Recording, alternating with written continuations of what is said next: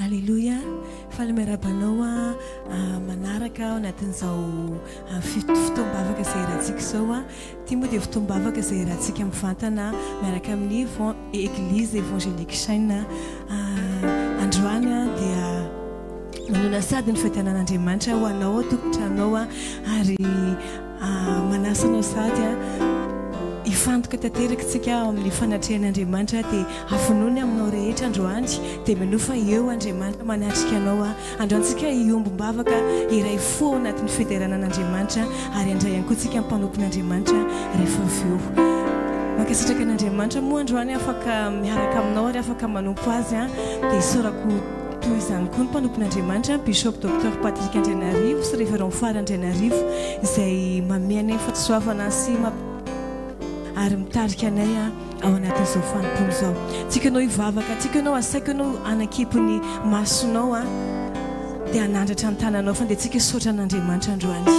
Tikanao tena hisaotra azy avofonao rehetra androany dia makasitra azy noho ny amin'ity andro androany ity makasitra azy noho ny amin'ny fahasoavana indray satria fahasoavana ny afaka manatona an'Andriamanitra nomeny antsika malalaka izany androany raha andeha hajaintsika Andriamanitra dia tsika ame voninahitra sy ankalazara azy ilaza hoe tsara izy. Alléluia. Tikanao hivavaka amin'ny fonao rehetra raha io manandratra anao izay androany raha io misaotra izay Andriamanitra satria menao anay androany afaka anatona anao indray menao anay androany afaka hideranao Andriamanitra misaotra izay fa eto mifananao masina izay dia mino fa manatrika anay ianao naiza misy ny vahoaka anao androany Andriamanitra izay dia mino fa eto ianao ary mino izay fa hisandratra eo ambony fideranay ianao Andriamanitra androany dia mino izay fa tena manana teno anay ianao Andriamanitra androany misandrata fa te hilaza hoe tsara ianao androany indray izany mivoninahitry ny anaranao akasitrao izany Andriamanitra eo androany mahafanaritra tena akasitrana amin'ny fonao rehetra. Alléluia amin'ny anaran'i Jesosy. Alléluia amen. Dia tsika ilaza eo miteranao izay fa tsara indrindra ianao Andriamanitra tikanao tena hira amin'ny fonao rehetra dia tsika hanandratra azy aza hoe tsara indrindra ianao. Alléluia.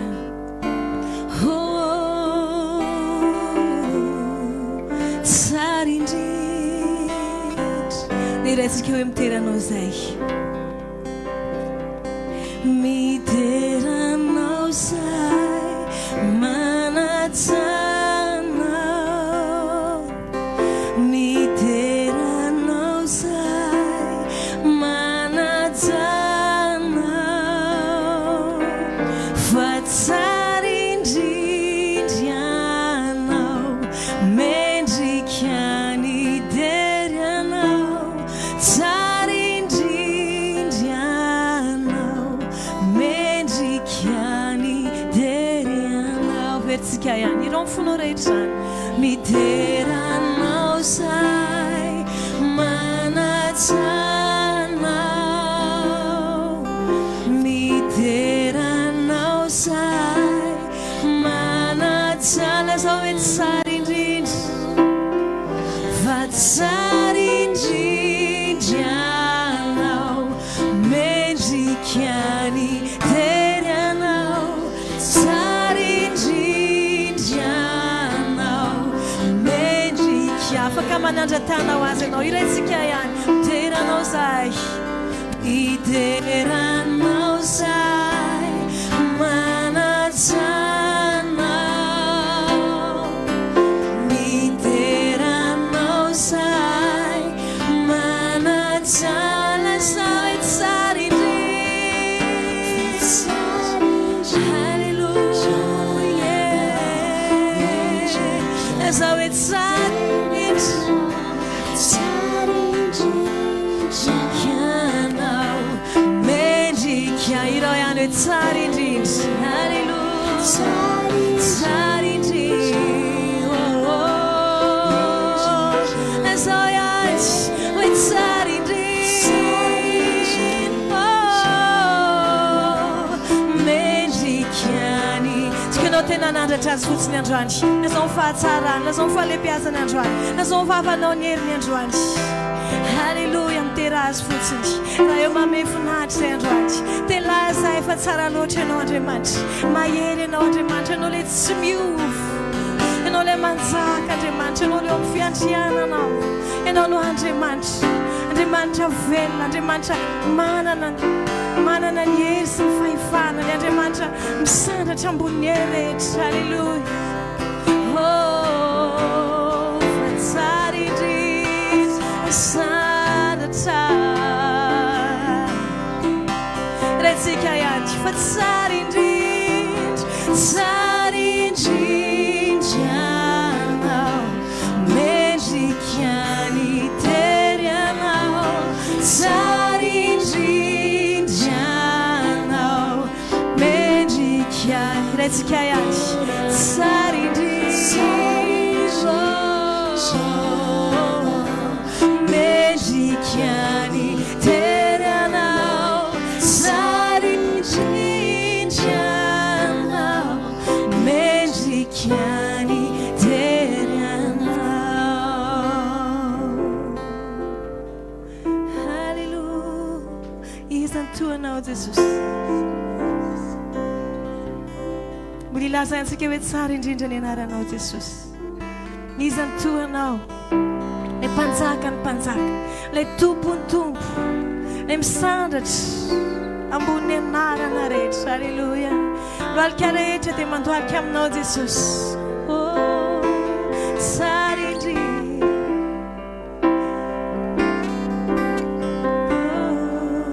No ilatsika hoe tsisy ny toa azy fa izy ny tsara indrindra. Tsara indrindra ny anarany, tsara indrindra ny anarany, ny anarany mpanjaka tsy. Tsara indrindra ny anarany, tsisy ny toa azy. Tsara indrindra ny anarany, ny anarany Jesosy. Tsara indrindra ny anarany, tsara indrindra ny anarany, ny anarany. Lazao hoe Jesosy, lazao hoe le mpanjaka. Haleluia. Tsara indrindra dia lazandroany tsisy ny toa azy. Tsisy ny toa azy.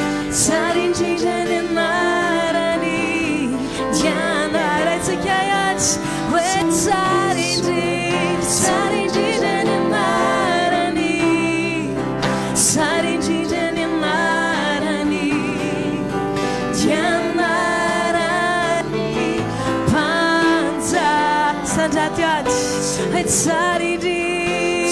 Lazao hoe tsisy toa azy. Tsisy ny toa azy. Tsara indrindra ny anarany. Afotsika rehetra ihany ireo ihany hoe tsara indrindra, tsara indrindra ny anarany, tsara indrindra ny anarany, ny anarany mpanjaka tsy.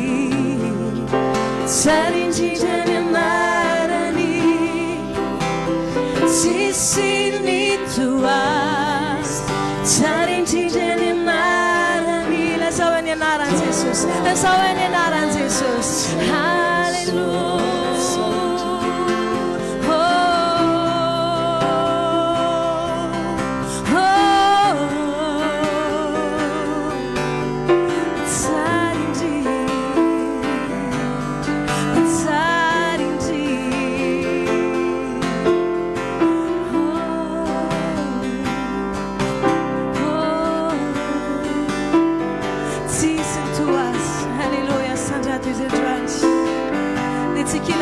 Tsisy ny toanao.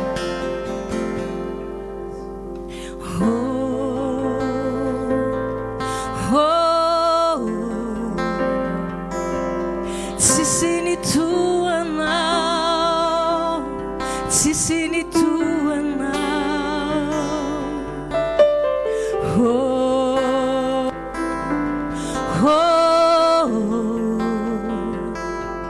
Tsisy ny toanao. Lazao zany androany, lazao zany androany.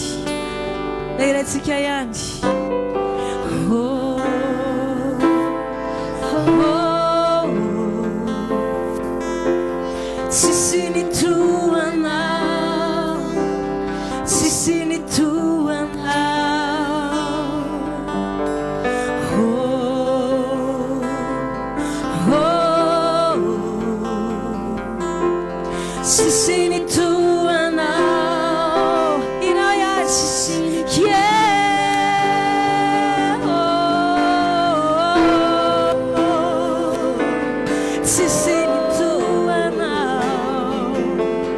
Sisini tuana,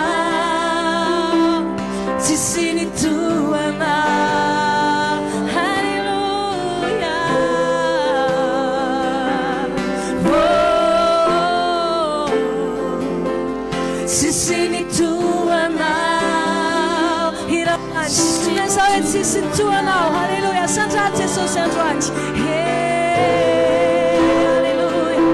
Oh, the man of 500.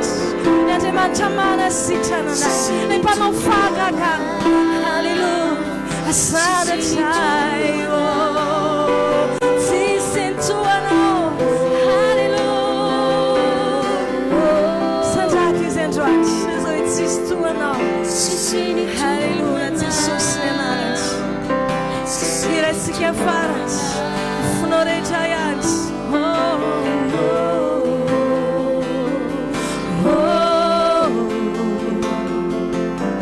Sisini tuana,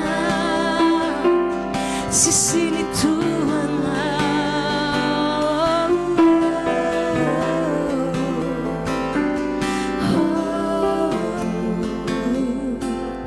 sisini tuana, sisini tuana. Hallelujah. Funata wanadimans. Itafandar na manaraksika tupu. Faly miarabantsika ny tokatranao ny izay manaraka izao fandarana mivantana izao ny tenako pasteur Rivo Ramanakoavy. Tonga amin'ny fotoana moa tsika izay amakina ny boky isan'andro mahafinaritra efa mivoaka moa izany boky izany ary sorona n'Andriamanitra ny fahafahantsika mahazo fahalalana tsara ao anatin'ity boky kely ity izay nosoratany Bishop Patrick Andrenarivo sy Révérend Fara Andrenarivo izany. Natao indrindra izy ity mba asoa ny isan'andronao atonga ny isan'andronao afinaritra izy fahagakana foana amin'ny fotoana rehetra. Raha toa moa ianao efa manana an'izay boky kely izay ho anareo any ivelany moa dia efa afaka mividy an'izany tao amin'ny Amazon ianareo dia afaka manaraka ny famakiana boky isan'andro mahafinaritra. Ho antsika eto Madagasikara ihany koa dia efa nivoaka izany boky izany ary efa naparitaka. Raha toa moa ianao mbola tia hanjifa izany boky izany raha tsy nahazo dia afaka manantony eny Birao Fohy Be eny Andravoahangy ambony ny manjifa an'izay boky izay amin'ny vidiny 4,000 ariary monja. Amin'ity anio ity dia misaotra an'Andriamanitra ny amin'ny fafahako manompo azy ary misaotra ihany koa ireo ray aman-dreny lehibe izay mpanangana izao fiangonana izao dia Bishop Dr Patrick Andrenarivo mivady izany. Ny soloky teny eto amin'ity anio ity dia Bishop Patrick ary ny loha hevitra hoentiny ho antsika amin'ity anio ity dia hoe ny andron'ny tompo, ny andron'ny tompo. Zany dia nalainy tao amin'ny bokin'ny Tesalonianina 2 toko 2 dia ny 9 voalohany sy ny 2 izay tiako raha mba iarahantsika mamaky ilay tenin'Andriamanitra fakitsika amin'ny anaran'i Jesosy. Fanitsina ny atsoa-kevitry ny sasany ny amin'izay ny amin'ny andron'ny tompo ary mangataka aminareo izahay ry rahalahy ny amin'ny fiavian'i Jesosy Kristy tompontsika sy ny anangonana antsika hoe ho aminy mba tsy halaky hoetsiketsehina amin'ny saina na ampitahorina ianareo na amin'ny fanahy na amin'ny teny na amin'ny epistily izay toa avy aminay milaza fa efa miandoha ny andron'ny tompo. Toy izao ny famelabelara ito mpanompon'Andriamanitra ao anatin'izay ny fampianarana raisinao anatin'izay tenin'Andriamanitra izay. Ny tenin'Andriamanitra ny lehilahin'Andriamanitra ito hoe eto ny tenin'Andriamanitra dia mampianatra mazava tsara ny mahasamy hafa ny andron'ny tompo sy ny andro farany. Eo amin'ny 1:1. Eo amin'ny 1:1 izy dia mampianatra milaza fa ny amin'ny fiavian'i Jesosy dia ilay andro izay anangonana antsika hoe ho aminy, izany hoe ilay andro izay ampakarana antsika hoe ny amin'ny abakabaka na hoe ny raha ho an'ny lanitra ka hitsena ny tompo hakarina ho any aminy. Tsy ny olona rehetra no hakarina amin'io andro io aviriko tsara ozy hoe tsy ny olona rehetra no akarina amin'io andro io fa ireo zanak'Andriamanitra ihany. Mino fa ianao zany zanak'Andriamanitra zany. Ozy hoe ireo zanak'Andriamanitra ihany dia tsy iza fa izao sy anao zay efa nanolotra ny fiainantsika ho an'i Jesosy ka tonga zanany manana ny fanahany masina ao anatintsika. Ao anatin'ny ray mpimasotsika dia hovaina ary akarina hoeny aminy. Ao amin'ny Tesaloniana voalohany 4:7 izy milaza an'izany sy 4:12 ary ny Filipianina 3:7 sy ny 1:20.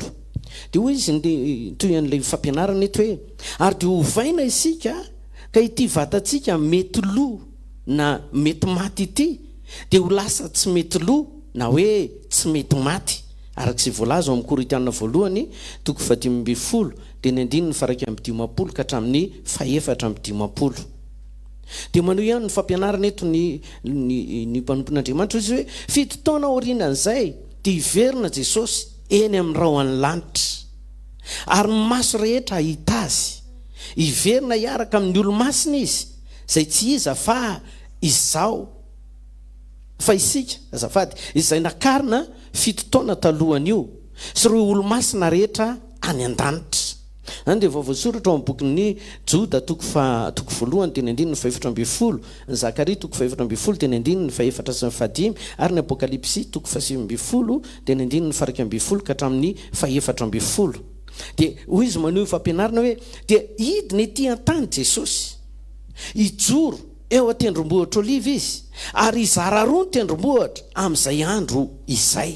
Io leo amin'ny Zakaria 4:20 teo. Hoy izy hoe ary amin'izany vakitsika aminaran'i Jesosy ary amin'izany andro zany ny tongony ijoro eo an-tendrombohitra oliva zay eo atsinanana tandrifin'i Jerosalema ary ny tendrombohitra oliva hitresaka eo afovoany hiatsinanana sy akandrefana ka hisy loasa lehibe ary ny atsasaky ny tendrombohitra hifindra hianavaratra fa ny atsasany kosa hianatsimo.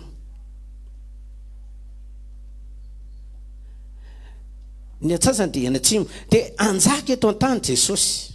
Ao amin'ny Zakaria 4:20 dia ny 7 misy an'izay. Dia izy hoe ny tanan-dehibe dia Jerosalema tanànan'i Davida. Voasoratra ihany zany eo amin'ny bokin'ny Zakaria fa ny 2 dia ny 4:20 sy ny 9:20. Zany hoe ny hoe andron'ny tompo eto noho izany dia tsy isika ilay ampakarina akory fa Jesosy zay miverina miaraka amin'ireo olo-masina dia isika izany ary anjaka eto ambonin'ny tany izy. Anomboka eo ny andron'ny tompo manomboka amin'izy tonga ka anjaka eto ambonin'ny tany mandritra ny 1000 taona arak'izay voavoasoratra amin'ny Apokalipsy 20 dia ny 1 ka hatramin'ny 9. Zany hoe rafitinina zany hoy ny mpanompon'Andriamanitra tonga Jesosy akatsika ho any aminy aloha zay ilay ampakarina antsika ho any an-danitra. Dia rehefa afaka fito taona dia izy hoe dia iverina Jesosy ary io le hoe fiverenan'i Jesosy io le fiverenan'ny fandroana zany ka ny maso rehetra hita azy. Iverina hiaraka amin'ny olo-masina rehetra avy any an-danitra izy dia isika zay nakarina teo aloha sy ireo olona masina efa tany iny fiverenan'ny faharoa iny no atao hoe andron'ny tompo. Ary manomboka eo dia anjaka eto an-tany Jesosy mandritra ny 1000 taona. Mazava be ny fampianarana fa mila tonga zanak'Andriamanitra ianao raha te hiaraka amin'ny tompo tahaka izany. Ary dia ho tonga ho tanteraka aminao hatrany amin'izay andron'ny tompo izay. Raha resy lahatra ianao ny amin'izany fampianarana izany tiako ianao amerina ny fanekem-pinoana izay tononiko eto satria zava-dehibe no anekenao azany famarinana izany dia tononiko izy dia averinao amin'ny finoana mazava tsara. Tompo maniry mafy ny fahatongavanao izahay fa miaratsy izao fiainana izao. Efa maniry ho any aminao izahay fa tsara lavitra ny any aminao nefa mandra-pahatonga an'izany dia omeo anay mandrakariva no vonona sady hitory hatrany mba hambabolona maro ho anao amin'ny anaran'i Jesosy. Amen. Zay ny fanekem-pinoana misy moa ny sainy lalina ao anatin'ny boky kely iny dia ny hoe roviana manomboka ny andron'ny tompo. mamirina mamaky ianao a dia mahita an'izay teboka amalianao an'izay sainy lalina izay. Misy ihany koa ny sainy andromanalina amin'ny filazantsara-njaona toko 220 dia nandiny voalohany ka hatramin'ny fahatelo izay mivaky toy izao hoe aza malahelo fonareo minoan'Andriamanitra ary minoa akoho ao an-tranony raiko misy fitoerana maro raha tsy izany dia efa nilaza taminareo fa andeha anamboatra fitoerana ho anareo aho ary raha andeha anamboatra fitoerana ho anareo aho dia ho avy indray ka handray anareo ho any amiko ka izay hitoerako ny toeranareo koa. Vaky teny isan'andro ny maraina ny asan'ny apôstôly toko 7 ary ny hariva teny Josoa toko 7 sy ny toko 4. Misotranao nanaraka hatramin'ny farany.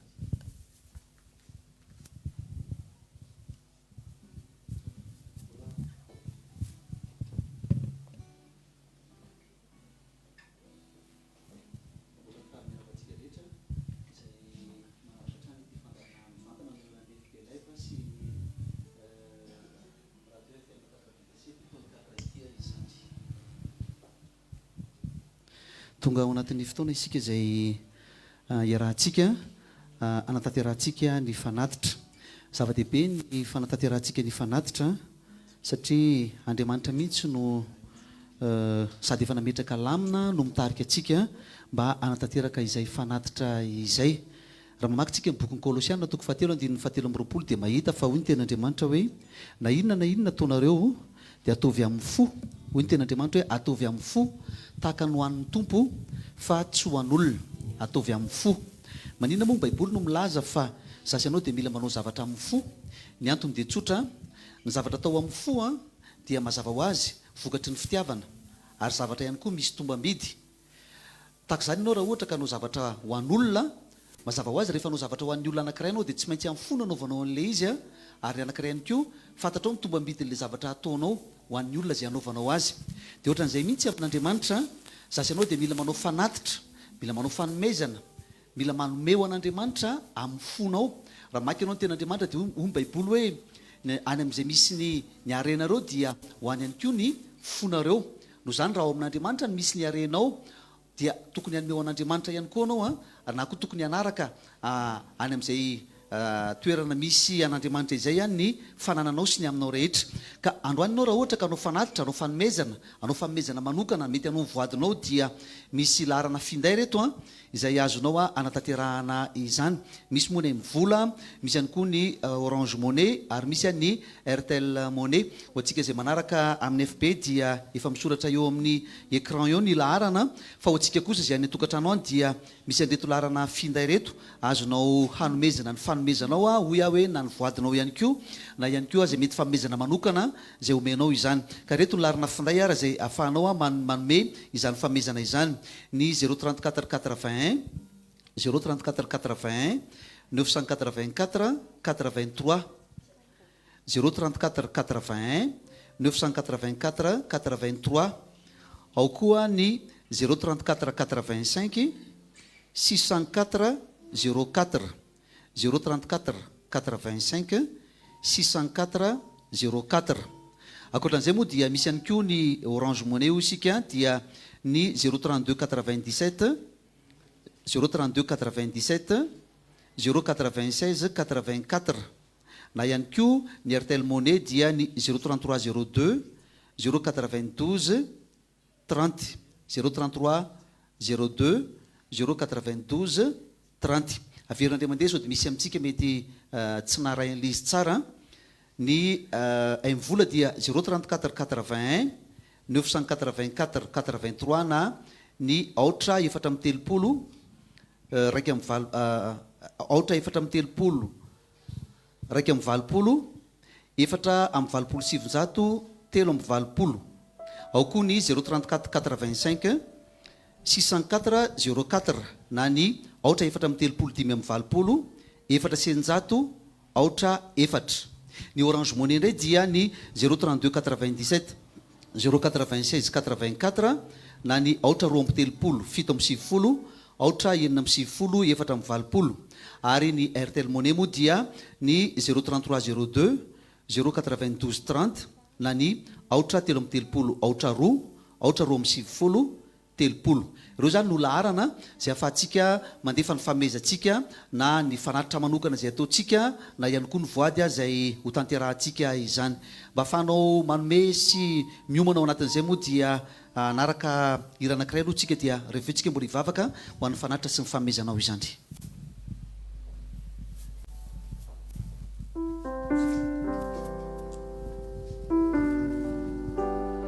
Arak'izany dia andehantsika mbola mivoninahitra an'Andriamanitra ihany. Fataonao fanatrehan'Andriamanitra andehantsika mbola ilaza fa tsisy tohanao Jesosy. Fianao ilay avo indrindra. Ianao ny mpanjaka ambony. Androany andao velantsika hisandratra izy. Halleluja.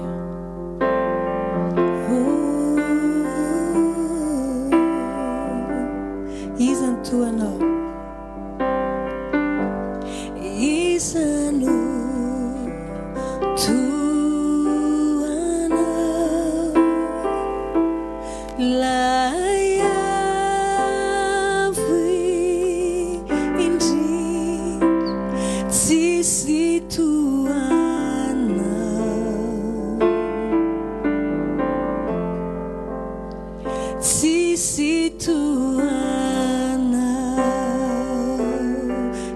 tuanao panzaka avo indrindra. Iza no tuanao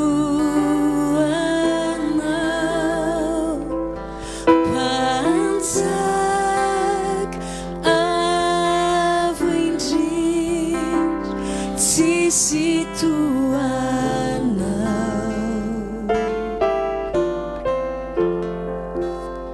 tsisy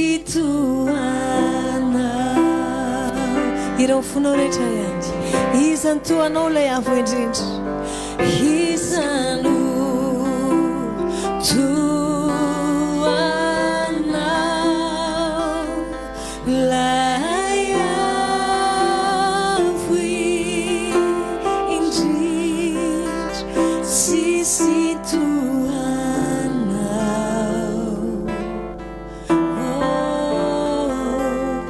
tsisy tohanao iraitsika ihany. Iza ny tohanao mpanjaka avo indrindra. Azao zany androany. Iza no tohanao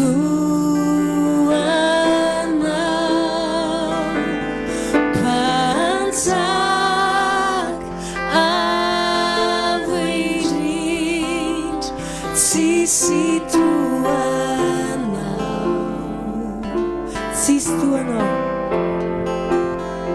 tsisy tohanao. Antsika ilaza misandrata Jesosy, misandrata Jesosy mpanjaka. Halleluja.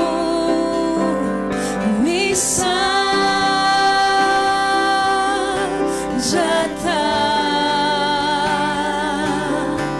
misandrata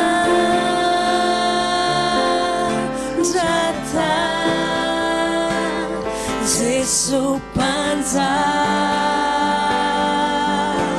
Sayanj misandrata. Halleluja. Misandrata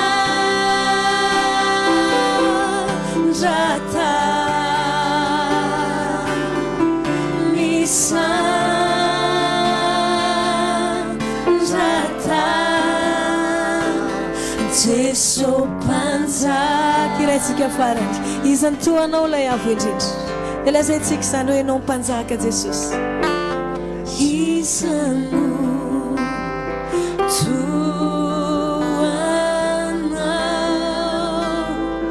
ilay avo indrindra tsisy ny tohanao tsisy tohanao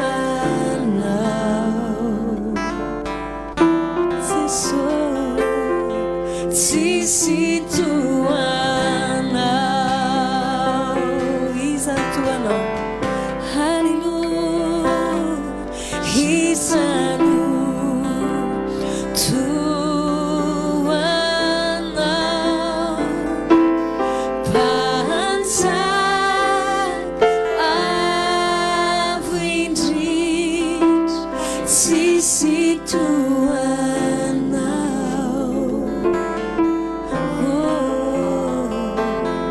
tsisy tohanao. Halleluja. matoka efa maro amintsika no efa nanatanteraka ny fanomezana sy ny fanatitra fa raha ohatra moa mety tara kely ianao dia amafisina fa reto no laharana finday izay ahafahanao mandefa ny fanomezanao na ny fanatitra ao na izay mety ho voadinao izany.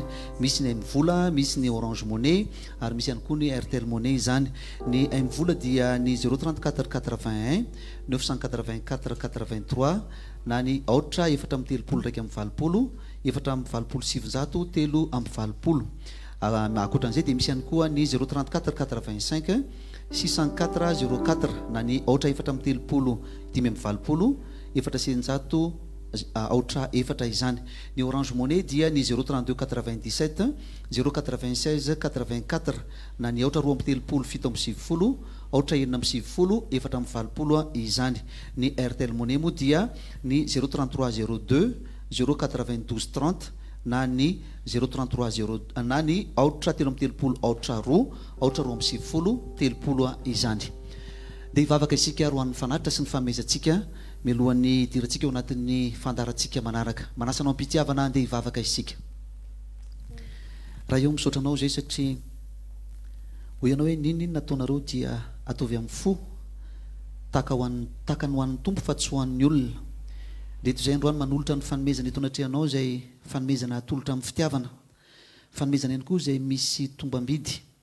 Matoka izay fa tahinao ny fanomezana rehetra ho fanitarana ny fanjakanao, ho fampandrosoana ny fanjakanao, mba ahafahana mambabo fanahin'olona maro, mba ahafahana ihany koa manatanteraka izay tokony ho tanterahana ato anatin'ny asanao. Dia matoka ihany koa fa nizaniza nanome tamin'ny fo, nizaniza nanome ho an'ny tompo fa tsy ho an'olona. Dia matoka izay fa ianao manonitra izany satria zava-marina aminao Andriamanitra ny manonitra izay omeny tsirairay. Ho ianao hoe ny fisasarana rehetra dia misy valiny avokoa.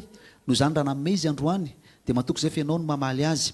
Ary matoka ihany koa izay fa ianao Andriamanitra no mitany tsirairay avy araka ny teninao. Dia oka hisokatra ho azy ny lanitra ka omena hevitra vaovao izy, omena tolotsaina, omena fahendreny. Oka hisokatra ho azy ihany koa Andriamanitra ireo karazana fanambinana sy fahitam-poti maro ety an-tany satria avy aminao izany. Dia aterinao anao ny voninahitra mandrakizay amin'ny anaran'i Jesosy Kristy Tompo. Misy saotra ray. Amen.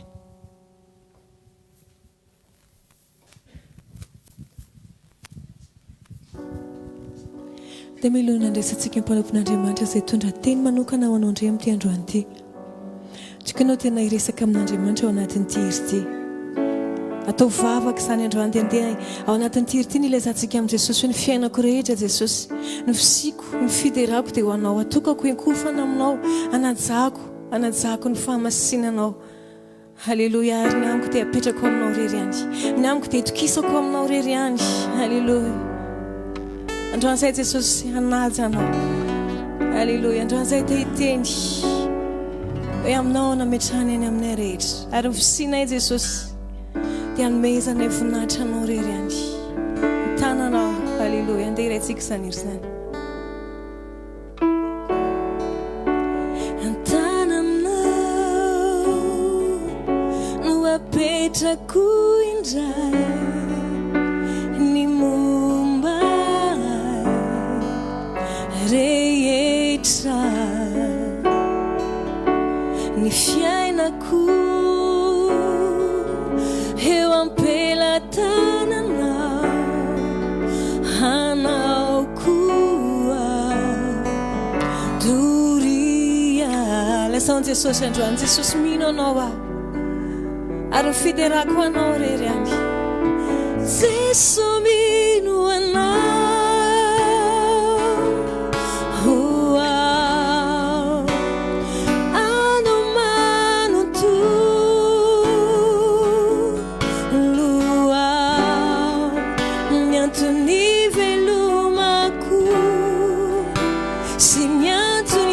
Jesosy mino anao aho. Halleluja. Jesosy mino anao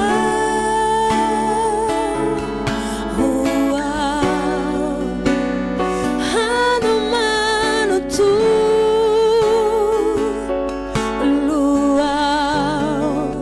ny antony velomako. Dia latsika androany te ianao rery any.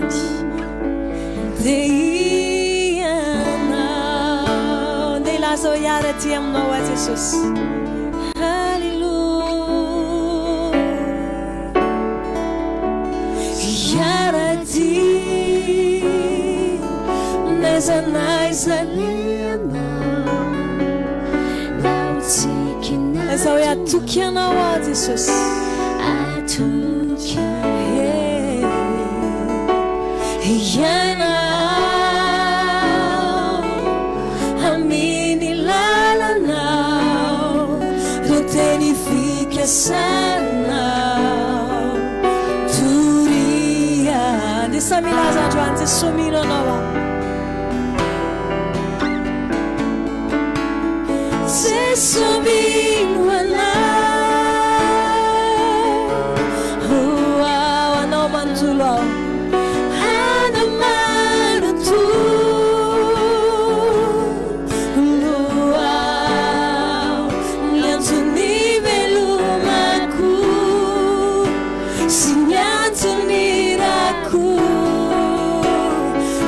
Somino anao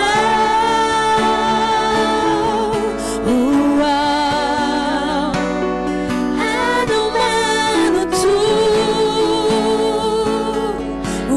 luau niantony velomaku siniantonirako esa oenao irery alleluia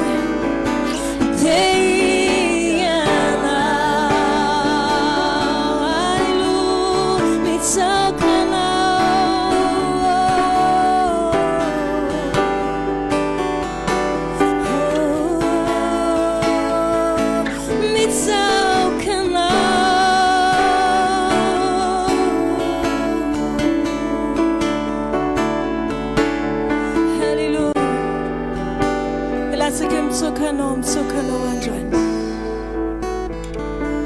mitsauka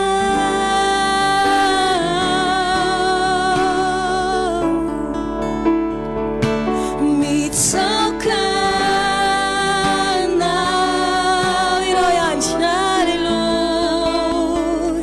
mitsauka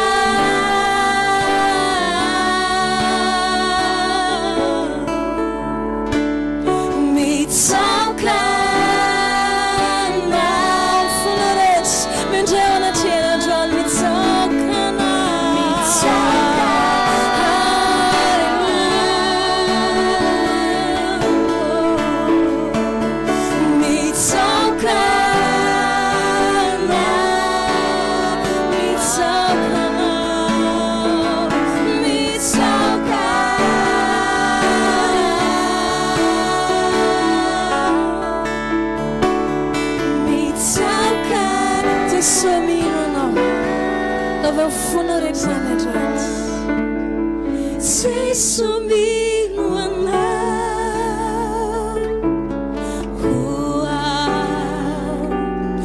hanomano tu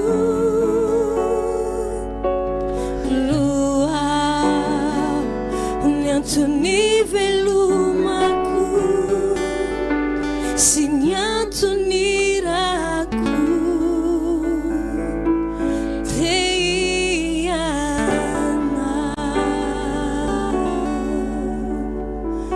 Halleluja. Dia tsika indray mpanompon'Andriamanitra androany Bishop Dr Patrick Andrianarivo.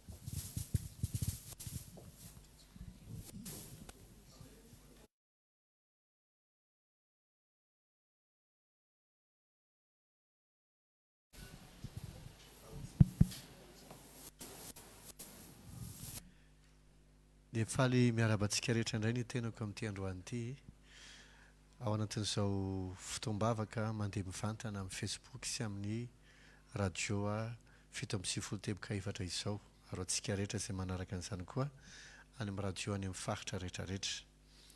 Miarabantsika rehetra ary mino fa androany ny fahasoavan'Andriamanitra sy ny herin'Andriamanitra hamangy anao manokana. Mialohan'ny hirosoantsika amin'ny tenin'Andriamanitra dia hivavaka isika. Fanamasonao amin'ny anaran'i Jesosy Kristy, misaotranao izay fa afaka mbola maheno ny teninao androany. Mangataka androany mba ho tondranao fahazavana andraitra. Mihondrehetra ny atakatra ny teninao, andray ny teninao, meo azy fahasoavana ino ny teninao. Ka tsy tonga azy aheno fotsiny, fa ino ara hita vokatra azo tsapahitanany eo amin'ny fiainany. Amin'ny anaran'i Jesosy. Amen. Maka tenin'Andriamanitra isika ato amin'ny Isaia 7:20 ka ny 7:10. Boky faminaniana Isaia 7:20 ka ny 7:10. Vakitsika amin'ny anaran'i Jesosy. Indro, izaho efa hanao zava-baovao, ko ankehitriny dia efa miposaka izany. Tsy halala izany va ianareo?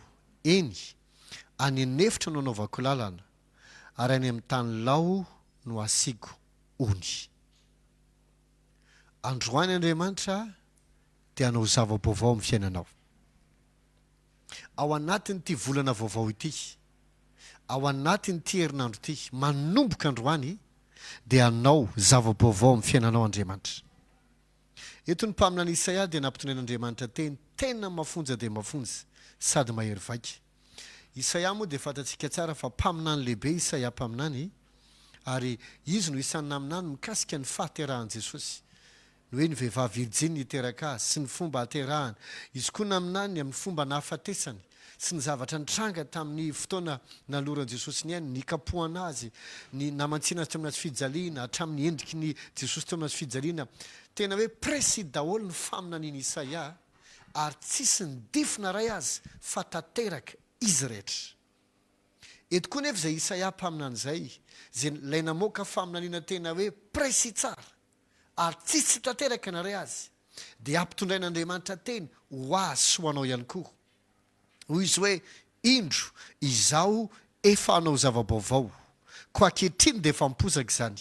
Tsy halala izany va ianareo? Eny any anefitra no anaovako lalana, ary any amin'ny tany lao no asiako ony. Androany izay teny nampitondrain'Andriamanitra ny Isaia izay, izay koa no ampitondrain'Andriamanitra ho anao androany. Ka na iza misy anao, na iza ianao mandray an'izao tenin'Andriamanitra izao, anio atela azy aminao fa manomboka ny zava-baovao amin'ny fiainanao. Eno tsara. Eto tadio tsara fa Andriamanitra rehefa hanao zavatra amin'ny fiainantsika dia ny teniny aloha ny alefany voalohany. Ny teboka voalohany mila azosika amin'ny fiainana, indrindra amin'ny fiarahana amin'Andriamanitra. Andriamanitra rehefa hanao zava-baovao na hanao zavatra amin'ny fiainantsika dia mandefa ny teniny izy aloha. Mandefa ny teniny. Ka ninona ataon'Andriamanitra eo aminao? Na inona teniny aloha ny alefany. Iny teny iny no hanafaka anao, iny teny iny no manasitra anao, teny izay amorona fahagagana ho anao, teny izay amorona le fahagagana irinao, na le tian'Andriamanitra atao anao, teny izay maneho ny fisainan'Andriamanitra mikasika anao, teny izay maneho ny plan'Andriamanitra mikasika anao, teny izay maneho ny ao am-pon'Andriamanitra mikasika anao. Alefany iny teny iny, ampitondrainan'ny mpanompono, tahaka na ampitondrain'i Isaia no ampitondraina alizy koa. Ay androany dia alefako avototra aminao. Hoy tompo androany, indro efa hanao zava-baovao indro izaho efa hanao zava-baovao, ko ankehitriny dia efa miposaka izany. Ankehitriny dia efa miposaka izany. Hoy izany anefitra no anaovako lalana, ary any amin'ny tany lao no asiako ony. Mety milaza angamba ianao hoe teny ambany andran'Andriamanitra foana ako, fotrany tsy nahita mihitsy. Marobe ngamba ozy izy ianao hoe marobe ny olona mijoro vavolombela araka le tantarain'ny bisopa reny. Tena mamelahy teny ianao, eny fa tamin'ity androany ity izay hitoriko teny aminao azy. mbola misy olona foana mandefa SMS mandefa message amin'ny Facebook tsy akijanona mijoro vavolombelona ny amin'ny asan'Andriamanitra tamin'ny fotoam-bavaka tamin'ny alahady teo izay miresaka mikasika ny osotry ny fanamasina. Tena tsy akijanona ny fiasan'Andriamanitra ary tena mahatalanjona. Tena mahatalanjona. Dia mety hozy ianao mieritreritra hoe sarangamba ny andran'Andriamanitra fa iza ihany mba hanjarako manina toa ohatry ny hafa foana mahita valombavaka fa ahoana ny anahako ny toe mety tsy mitranga mihitsy ohatra mipitrapitra foana ohatra ny tsy misy nininona mihitsy anio atela azy aminao tapitra androany izay andro mampitripritra anao zay tapitra eto izay andro fiandrasana tsy misy nininona izay fa manomboka androany akehitriny manao zava-baovao ho anao Andriamanitra. Mety mitomany foana ianao na andro na alina fa mamelahy teny anao zay ranomasonao zay mialohany atoro ranomaso ao anatiny amin'ny alina mangina ranomaso vao mifony andro ranomaso ny atenatenany andro mitomany foana tsy voakontrôlena intsony ranomasonao tapitra androany koa zany ranomasonao zany tapitra androany zany alelo zany fa manomboka eto Andriamanitra dia manao zava-baovao ho anao. Androany didiko mandidy ambarako anao sady mandidy manomboka eto izava-baovao hitranga ho anao izava-baovao ho azonao zava-baovao hanampian'Andriamanitra iasan'Andriamanitra ietsehan'Andriamanitra eo fiainanao zay hanampina ny vava ampanenjika rehetra sy ny mpanaratsy anao rehetrarehetra. Zava-baovao zay amafany ranomasonao rehetrarehetra. Ninina ranomasonao sy nytomaninao mangina tonga amin'ny teny sasany io nefa ny fampitolomako tamin'ny tompony nandritra ny taona maro tsy haiko mihitsy hoe mba roviana ihany androany anao an'izay zava-baovao izay ho anao Andriamanitra ampifaly anao amin'izay Andriamanitra tena ampifalinao tanteraka Andriamanitra zay ny averinao tsy ho possible manomboka eto amin'izay io possible zany satria Andriamanitra anao azy ho anao. Mety agnamy ianao andrizay voageja na rarolava sairandava na iliky ny olona mety nomeny olona naram-bositra mihitsy mety nambaniny ianao mety koa ianao nanambany tena mihitsy tsy te eona amina karazan'olona sasanao satria mamenatra anao na dia niona amin'ny zareo azy noho ny amin'ny fiainanao fa nio amin'ny tian'io ty manomboka eto dia miditra vanim-potoana vaovao ianao averiko fandroany miditra vanim-potoana vaovao ianao nandalo fitsapana maro ianao fa nitestinao hivadika témoignage nandalo ady mangotraka ianao fa ny adinao hivadika fandresena. Eto Andriamanitra manala ny heso manala ny fijaliana manala ny fahorinao fanomboka zava-baovao Andriamanitra. Andriamanitra nasitrana anao Andriamanitra anangana anao Andriamanitra mafandranomasonao Andriamanitra manao zava-baovao ho anao. Eno tsara mahafinaritra be le zavatra lazain'ny tenin'Andriamanitra zay rema ho anao teny saza leo zava-misy ainanao androany io sy ny amin'le ho avy irenao io hoy izy hoe indro izaho efa anao zava-baovao. Jereko tsara hoy izy indro izaho efa anao zava-baovao. Ity tsy ny teny enao no anao an'le izy ity tsy ny teny ny havanao no anao an'le izy hoy izy hoe izaho Andriamanitra no miteny izaho efa anao zava-baovao. Raha ianao na ny havanao na mmpanan-karena na olona ambony anao an'le izy dia mety mbola azo eritreretina ihany hoe mety tsy ho tanteraka satria ianao na izaho samy misy fetra olombelona ihany mety maty tsy voatery andainga ny olona mampanantena anao fa mety maty rapitso koa nefa izy misy fetra ihany ny olombelona mety tratry ny sampona sy ny fotoana izy fa eto tsy olona tsy raha koa tsy havanao sy taontaonanao tsy any le anao an'le izy Andriamanitra hoy izy izaho hanao zava-baovao. Andriamanitra mihitsy ny anao azy izy no miantoka le izy zany no miasureny fatanterahale izy. Misy zavatra vitan'olombelona fa eto tsy olombelona no andrasana fa Andriamanitra no anao azy. Mba fantatrao ve hoe iza marina le milaza hoe izaho le hoe izaho efa anao zava-baovao iza marina ity le milaza hoe izaho ty le izaho zay milaza eto io dia le nahary lanitra sy ny tany le nahary zo zavatra aretraretra zao tsy nainga avy amin'ny zavatra nisy fa nainga avy amin'ny tsy nisy dia nanomboka tamin'ny teniny izy nanao hoe dia nisy zany izy nanao hoe dia nisy zany tsy avy amin'ny zavatra nisy fa avy amin'ny teniny androany koa izy miteny aminao izaho le nahary lanitra sy ny tany izy anao zava-baovao anao le izaho dia le tompony rehetra le izaho dia le manana ny fahalalana rehetrarehetra le izaho dia le tsy miova le izaho le tsy mety reraka le izaho le tsy mety miantitra le hoe izaho le izaho dia le mainy zavatra rehetra am'ilay izao le Andriamanitra resahaka io tsy miexiste ny impossible. Tsy misy zavatra sarotra loatra aminy. Hoy zay izao, iza lay izao dia le mifeny zavatra rehetra. Ary rehefa miasa izy, tsisy mahasaka anazy. Le ambony fanapahana sy ny fahefana sy ny rehetra sy ny anarana rehetra zay tononona tsy am'izao fiainana zao am fa hatramin'ny fiainana mbola ho avy koa. Le ambony lavitra noho ny devoly sy ny olona. Le ambony lavitra zao zavatra rehetra zao sy ny fahefana sy ny rehetrarehetra. Zay le hoe izao. Tsisy afaka mahasaka anazy rehefa miasa izy. Tsisy zay lazainy dia natao. Io zay izao. Iza le izao le mahatoky. Le sady tsy mivadika. Izao le Andriamanitra fitiavana. Tsy noho ny aminao nanaovany an'izany, fa noho ny amin'ny tenany. Tadeo fa izy dia tianao malohany tiavanao azy. Tsy afaka ho tia an'Andriamanitra isika raha tsy Andriamanitra aloha ny tia atsika. Satria avy amin'ny fitiavana atsika no tonga atsika afaka tia azy. Izy nahalalatsika voalohany, melohany afantarantsika azy sy nahafantarantsika atsika. Izy ny tia atsika, izy nanavitra atsika. Izy ihany no miteny androany, le Andriamanitra le tianao, le miteny hoe izao efa anao zava-baovao. Iza le izao le mihevitra anao. Le miteny hoe zanako sy ny asan'ny tanako, avelao adidiko. Hoy izy, izao efa anao zava-baovao. Amin'ity indray mandeha ty, andiso fanantenana ny kajy ny sasany Andriamanitra. Zay mihevitra fa mahasakana anao izy, maharava anao izy, nanala-baraka anao izy, nahaneso anao izy. Odiso zay kajy zay, odiso zay tredry zay. Satria le Andriamanitra le izao, hanao zava-baovao anao. Hoy zay anao zava-baovao zay tsy neveriny sasany mba afaka hitranga aminao.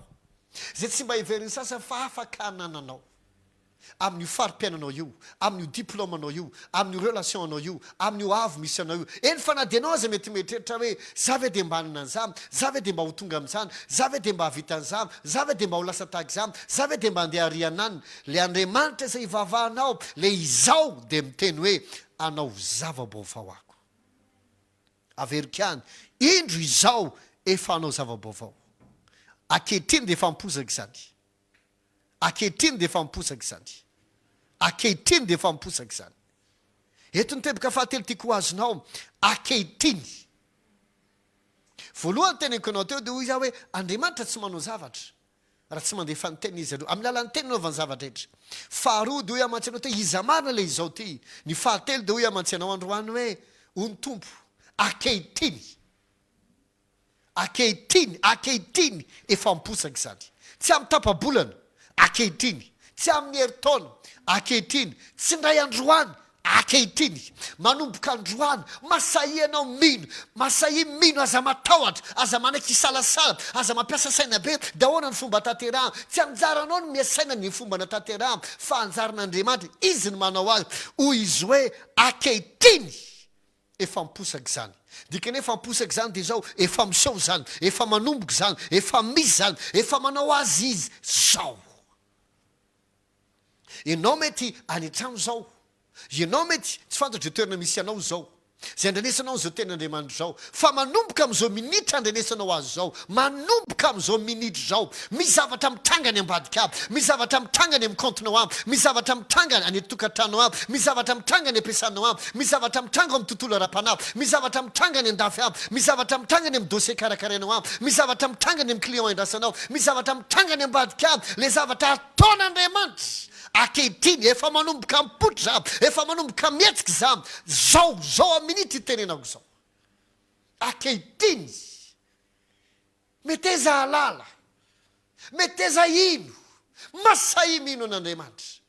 Tsisy fahatiantoka ho anao, mifikitra amin'izay teny sy ino izay lazainy. Manomboka eto, efa misy zavatra miangaly.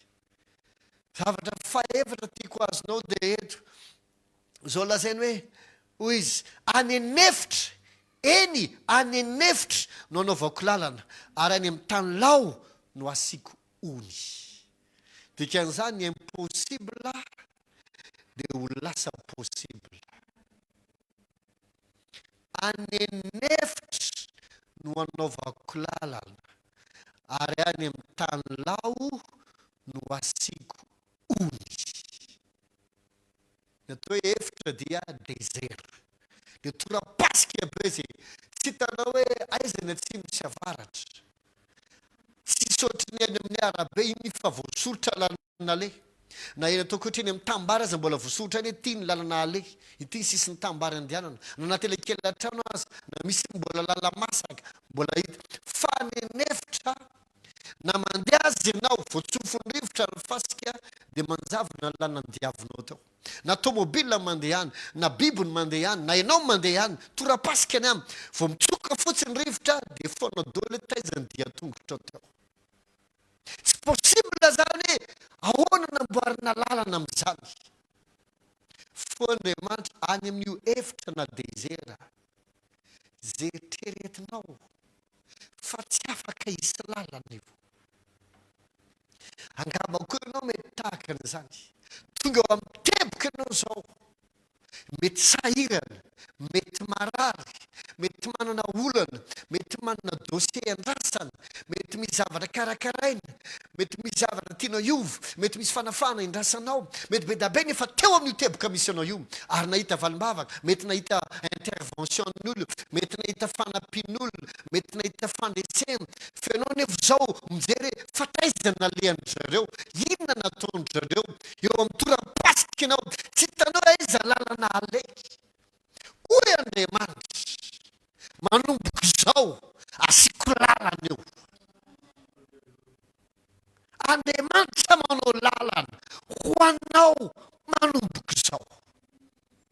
Manao lalana izy any anefitra. Zay neveranao tsy afaka hisy lalana. Tsy hitanao tsona ny atimy na ny avaratra.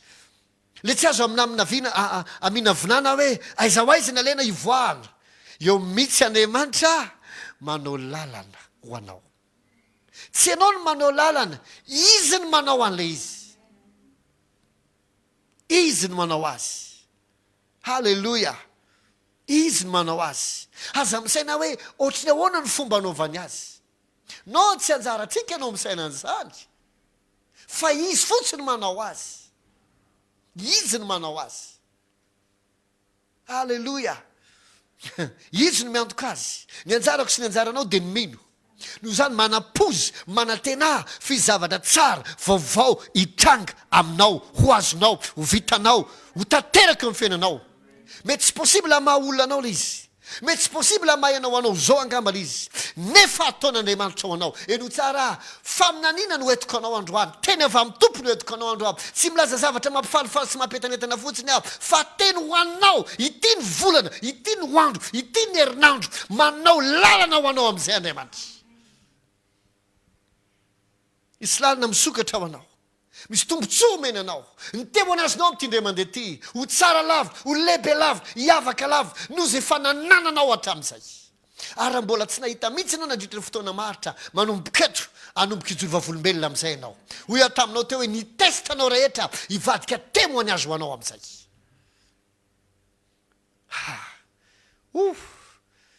Tadio tsara fa raha miteny izay izano anao azy. Dikan'izany tsisy olona mahazo miditra eo anelanelany. Izy ny manao azy. Fitahiana direct avy any an-danitra midina aminao.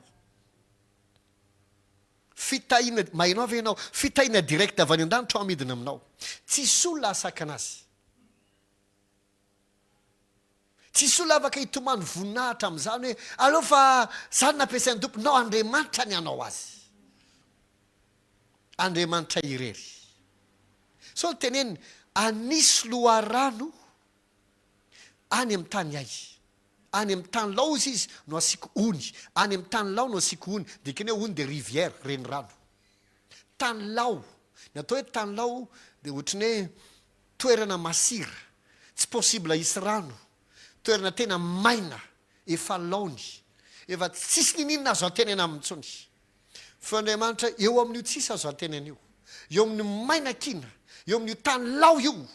Zay tsy eritreretina hoe isy renirano. Ny renirano dia azadino fa fitambarana loharano. Dia Andriamanitra asiko renirano eo. Asiko renirano eo. Izy tsy niteny fotsiny hoe loharano fa renirano. Mety tsy mahita ivelomana angamba ianao. mety tsy mahita andoavana antrosa ianao mety tsy hitanao ntsony ahoana ny asitranafy efa mitety dokotera foana amin'ity aretiko ty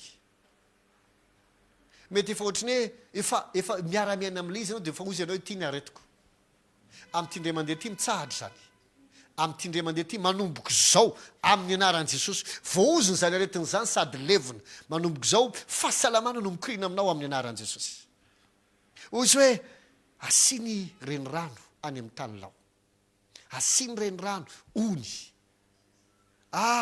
mety eza hita fa mahita misy renirano mpitahina makany aminao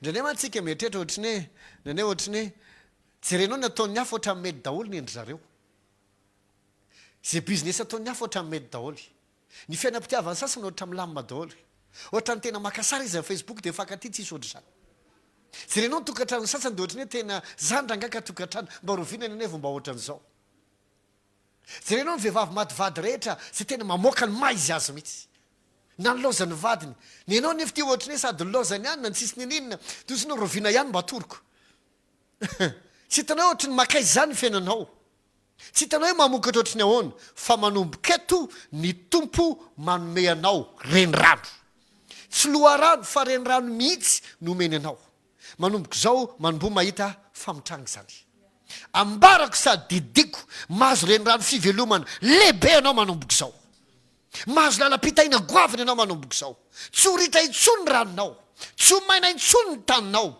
tsy ho lao intsony ny taninao avokatra foana amin'izay ianao avokatra be amin'izay ianao avokatra miotro ny hatramin'izay amin'izay ianao tsy ho tapidalakale zany ianao tsy hodikodina ny anefitra zany ny fiainanao manomboka zao misokatra ny lalana avy amin'Andriamanitra izy manomboka anio manao lalana ny anefitra ary mameanao renirano eny amin'ny tany lao manomboka zao mandidy andre vaovao tsara amin'izay ianao ivadika ambany ambony amin'izay ny zavatra rehetra manomboka amin'ity androany ty amin'ny anaran'i Jesosy ambarako sady didiko ary maminany manomboka androany ny témoignage goavana ho anao zay tsy naverinao possible hatramin'izay eto no manomboka ny fataterahany mamela amarina ny toroteniko sady amin'ny fijona vavolombelona anabavy anankiray izay vokatry ny ositra tamin'ny herin'ny androany inona ny zavatra nitranga ozy tao anatin'ity confinement ty ao izy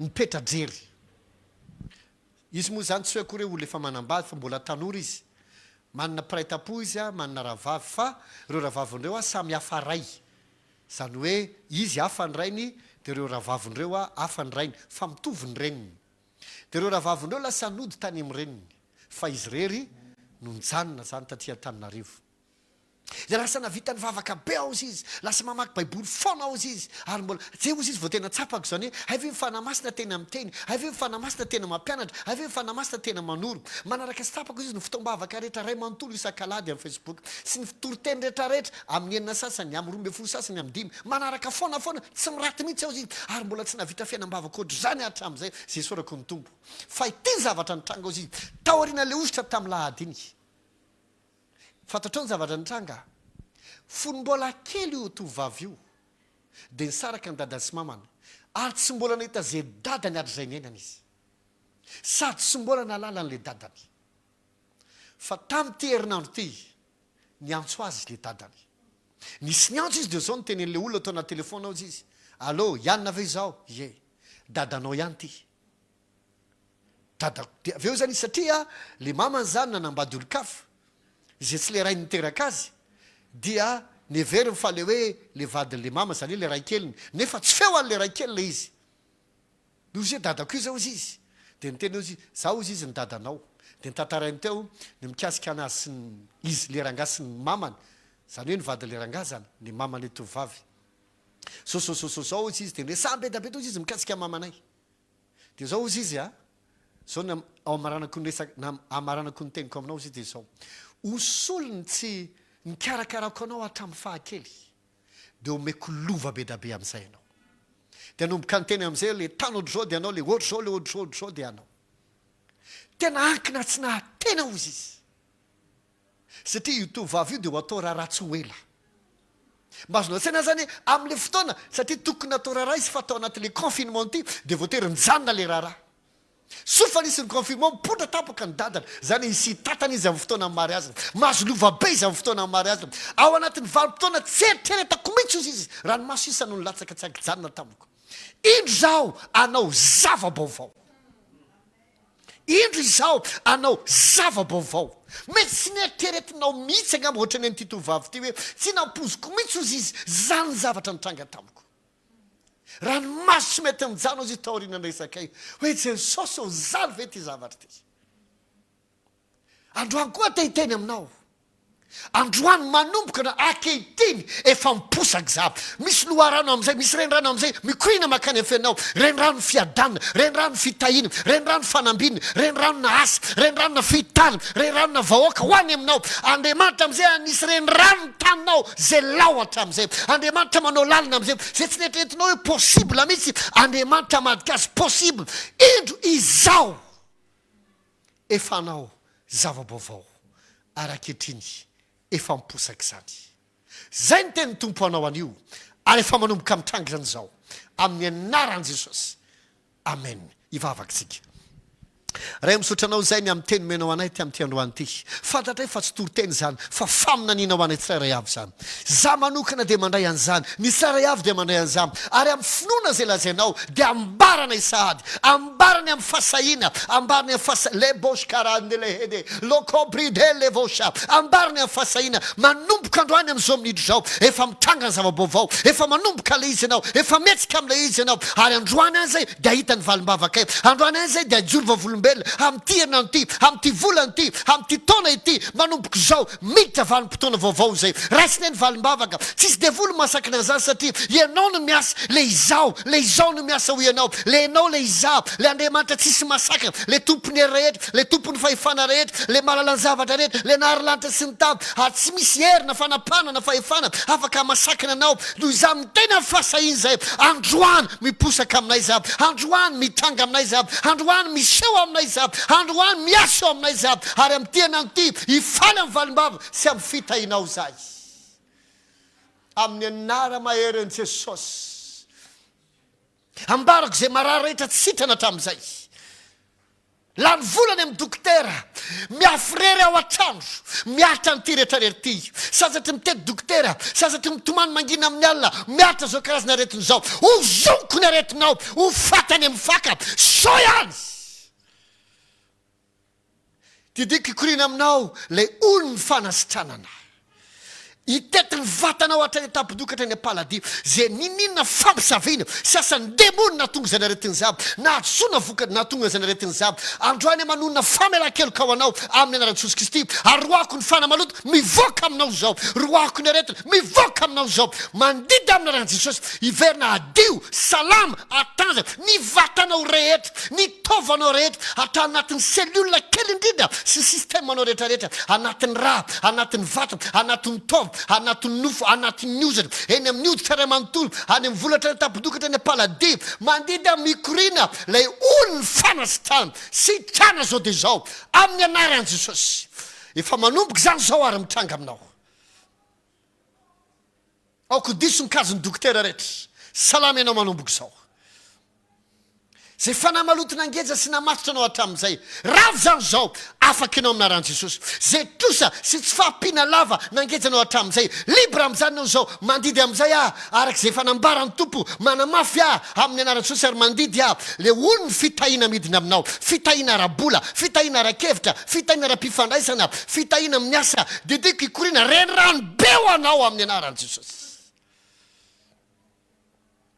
amin'ny anaran'i Jesosy Kristy mandidy fitahina reniranona fifandraisana vahoaka maro no men'Andriamanitra anao fifandraisana maro no men'Andriamanitra anao ilasitraka hatramin'ny zanaky ny mpanjaka aminao ilasitraka hatramin'ny vahoaka mpanan-karena eo aminao ilasitraka anao hatramin'ny olotsotra amin'ny anaran'i Jesosy Kristy amin'ny anaran'i Jesosy hono ny fihitarana hono ny fanambinana hono ny fanasitranana nyo ny fiadanana mikorina aminao zany manomboka zao hony tompo hoe any amin'ny tany lao de isony any anefitra asiko lalana io amin'ny hoe verinao mbola ela be io raha ny lojika ny zavatra rehetra le verinao fa mbola sarotra io raha ny lojika ny zavatretra manomboko zao fa tsy amin'ny heritaona mitrangy zany misy lalany zany misokatra zany tanteraka ao anao zany hoy amantsy anao ny fisain'Andriamanitra dia asoany amin'ny alalan'ny teniny ny planiny ny fandriny ny ninona hevitr'Andriamanitra zay tsara rehetra ao anao androany amin'ny tena anty sy amin'ity volany ity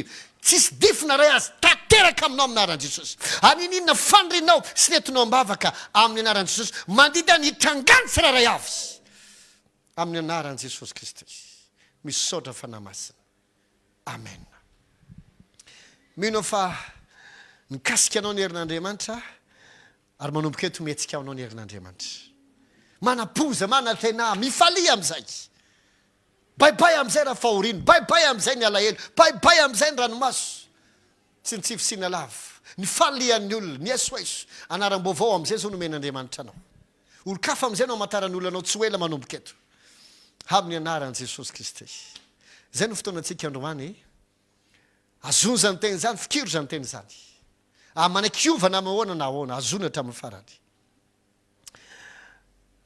araka nefa nytenena teo dia efa mivoaka ny isan'andro mahafinaritra le boky kely le dévotion isam-bolana ho anareo le Ampitan-dranomasina afaka mividy ianao amin'ny Amazon dia ao lay izy manoratra fotsiny ao isan'andro mahafinaritra dia mipotra lay izy amin'ny Amazon version Kindle lay izy dia ampidirina anatin'ny telefona tabletinao zay amakinao azy le application Kindle dia mividy izy ianao dia anao afaka mamaky afaka mandoko rehetrarehetra sy ny namany zany ho antsika eto Madagasikara indray dia afaka mividy ianao raha sendra tsy misy fiangonana saina ny akaikinao dia afaka nantsony telefona ianao ny 034 63 688 00 034 63 688 00 sationany fotsiny isan'andro mahafinaritra henonao teo fa be da be ny zavatra ao anatin'iny ary mafonja dia mafonja étude biblique zay anampy anao androsonao amin'ny fiarahanao amin'Andriamanitra sy tombonao isan'andro ary anakikizanao ananao fifandraisana kaikikaiky kokoa amin'ny tompo isan'andro mbola mitoy foana ny fampaherezana isaky maraina amin'ny enina sasany amin'ny 12 sasany amin'ny 5 sasany hariva eto amin'ny Facebook sy amin'ny radio atsika izany zay ny fotoanantsika samy mitombo fahasoavana